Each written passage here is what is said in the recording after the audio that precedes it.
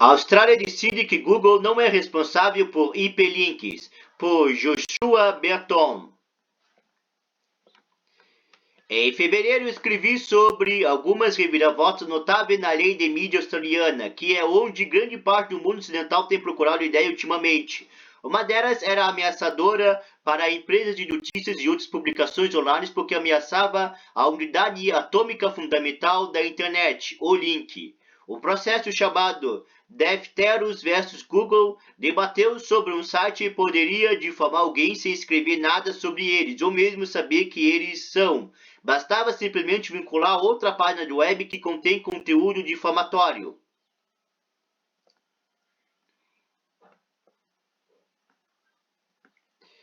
Isso é bastante aterrorizante para a internet aberta. Cada URL que você vincula se torna uma bomba relógio de responsabilidade potencial.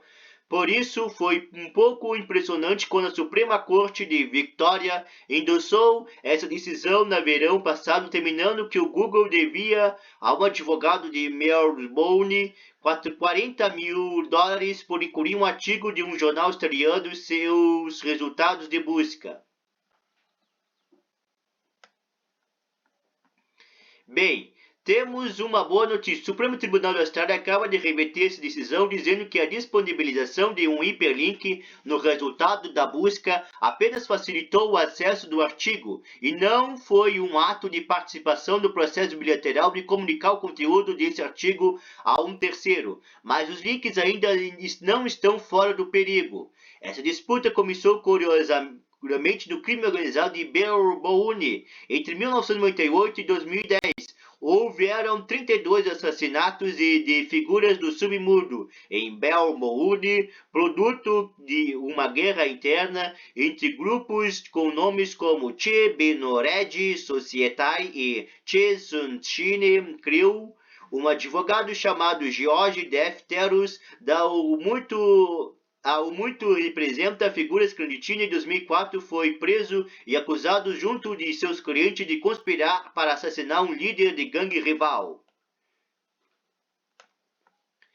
No dia seguinte à sua prisão, o jornal Che Age publicou uma reportagem titulada Submundo perde amigo valioso do tribunal, que, como um tribunal mais tarde colocou, implicava que Defteros cruzou a linha de advogado profissional para confidente e amigo de elementos criminosos. Você pode ler o artigo nesta decisão judicial.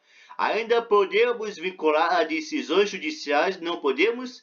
Um ano depois, acusações contra Defteros foram retiradas e ele reiniciou a sua carreira jurídica em 2007. Ele reclamou ao Tiage sobre o artigo ainda está no ar, mas o jornal não concordou que era difamatório e Defteros não os processou. Ele, no entanto, processou o autor do artigo e um colega que transformou em um capítulo de seu livro sobre o submundo de Melbourne, mas ele resolveu o caso fora do tribunal em 2010. Portanto, nenhum tribunal jamais decidiu que o artigo era difamatório.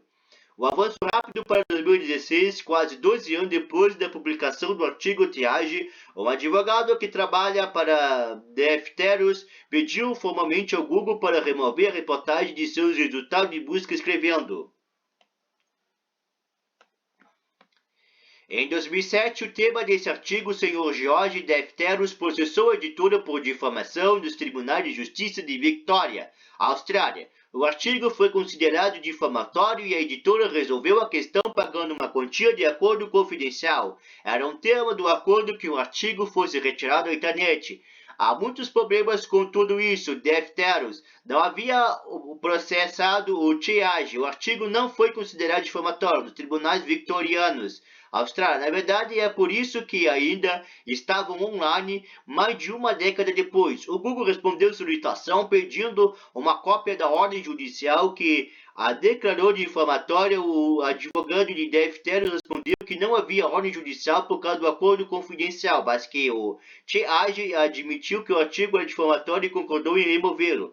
Na verdade, o Azure não faz nenhuma das coisas. O Google disse que esse não era o problema dele. Se você acha que um artigo do Tiage o está difamando, você deve tentar fazer com que o Tiage detenha-o.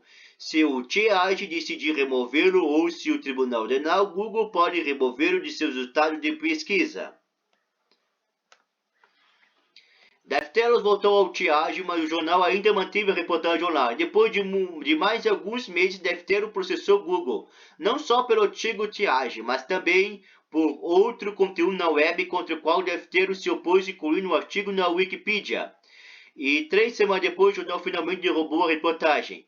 Vamos trazê-lo de volta aos princípios gerais. Um editor fez uma página web, abriu sobre uma pessoa proeminente na internet. Outra pessoa, vamos chamar de linker, criou um link para essa página web. Mas de 12 anos depois, a pessoa proeminente diz que o linker, que a página web do editor é difamatório, embora nenhum tribunal tenha decidido assim. A pessoa proeminente então processa o linker porque ele não derrubou imediatamente a página da web da palavra da pessoa preeminente que era difamatório. E o tribunal diz que o link deve 40 mil dólares à pessoa preeminente porque vincular uma página web é que equivalia à publicação da página da web. Que o link aqui seja o Google é uma distração. O link pode ser qualquer um usuário aleatório do Facebook, uma organização de notícia, um político, todo historiano que compartilhou um link para o artigo Triage nas redes sociais é tão responsável sobre essa teoria quanto o Google aqui, se alguma coisa ainda mais, já que o compartilhamento foi uma escolha ativa, não uma lista de links gerados por um motor de busca, você pode imaginar ser legalmente responsabilizado não apenas por suas próprias palavras, mas também pelo conteúdo completo de todas as páginas da web que você já linkou em qualquer lugar online. A decisão da Suprema Corte da Austrália, então, é um alívio bem-vindo. Ela decidiu por 5-2 que responsabilizar o Google pelo conteúdo de todas as páginas da internet é um exagero. Você pode encontrar a decisão aqui. Seguem alguns destaques e ênfases minhas. Primeiro, a partir da decisão majoritária de co-escrita pela presidente da Suprema Corte, Suzanne Kiefel, e pela juíza Jacqueline Grierson. A questão de saber se o recorrente pode ser considerado participante resume-se à assistência prestada pelo InPelic para passar para outra página web. Então, não é uma base sólida para a responsabilidade, não encontramos apoio na autoridade existente na Austrália ou em casos recentes em outros lugares, conforme observado o Case v. Newton. Um hiperlink é de conteúdo neutro. Um resultado de pesquisa é fundamental, uma referência a algo ou em outro lugar. Facilitar o acesso de uma pessoa ao conteúdo da página de outra pessoa não é participar do processo bilateral de comunicação de seu conteúdo a essa pessoa. Não se deve confundir o objetivo ou finalidade do recorrente em tornar a informação universalmente acessível com o fato de estar motivado e produzir renda por meio da disponibilização de hiperlinks. Realizando um negócio nesse sentido, nenhum fator é relevante para saber se há uma publicação. Essa questão incide sobre o que recorrente de fato faz. Na opinião concorda do juiz Stephen Gallagher.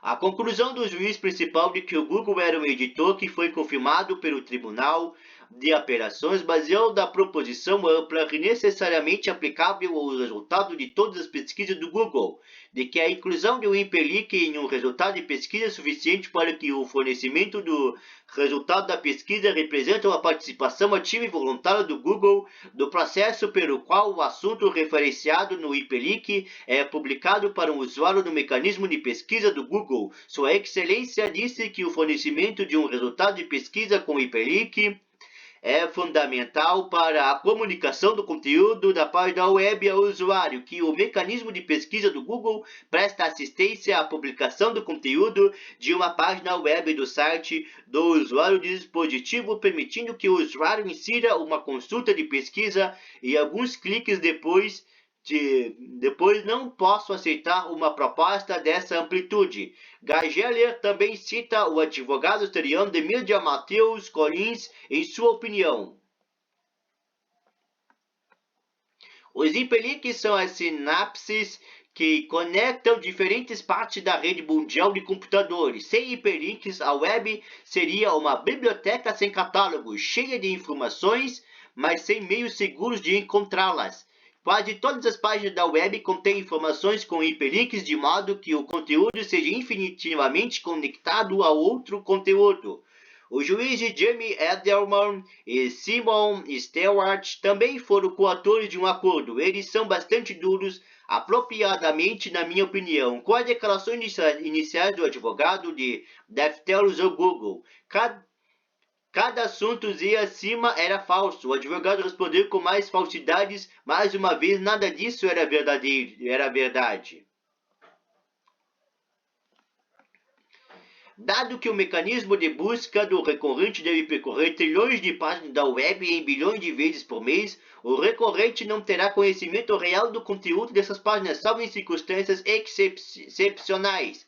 Também inferencialmente e sujeito às circunstâncias excepcionais, nada saberá sobre os autores dessas páginas, porque a página web foram criadas e se as informações que eles transmitem são precisas, mais uma vez, inferencialmente e sujeita a exceções, e o apelante saberá poucos detalhes sobre o usuário de seu mecanismo de busca ou suas motivações para fazer pesquisas específicas. Está estabelecido há mais de um século que, em todos os casos, uma pessoa deve ter a intenção de se comunicar antes de poder ser um editor. O conceito e intenção do delito de difamação não é uma ideia única sonhada por advogados de difamação engenhosos.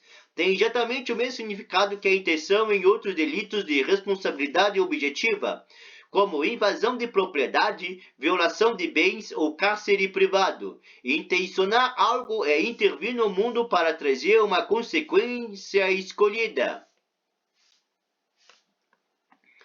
O artigo 1 de Word não foi escrito por nenhum funcionário ou agente do recorrente. Foi escrito por um repórter sem vínculo com o recorrente e publicado por um jornal independente sobre o qual o recorrente não tinha controle ou influência. O recorrente não autorizou de forma alguma que o artigo fosse escrito ou publicado, e não houve alegação de que o recorrente havia ratificado a comunicação do artigo. De fato, não foi sugerido que o recorrente tivesse conhecimento prévio da existência do artigo até fevereiro de 2016, cerca de 11 anos depois de sua primeira aparição no Triage.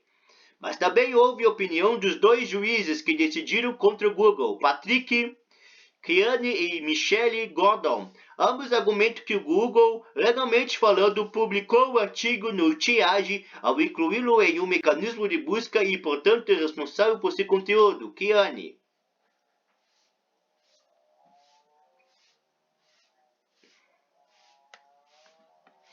O Google forneceu resultado de pesquisa e resposta a consultas de pesquisa dos usuários. Esse resultado de pesquisa direcionaram seus usuários para a página da web do Triage, contendo o artigo 1 de Word.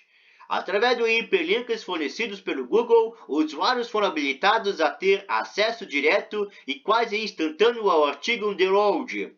Tudo isso foi realizado com o Google pretendia com a operação de seu mecanismo de pesquisa de acordo com seu design e na condução normal dos negócios do Google. O Google participou assim da publicação do artigo 1 de Word e um utilizador do seu motor de busca para efeitos da lei de difamação na Austrália.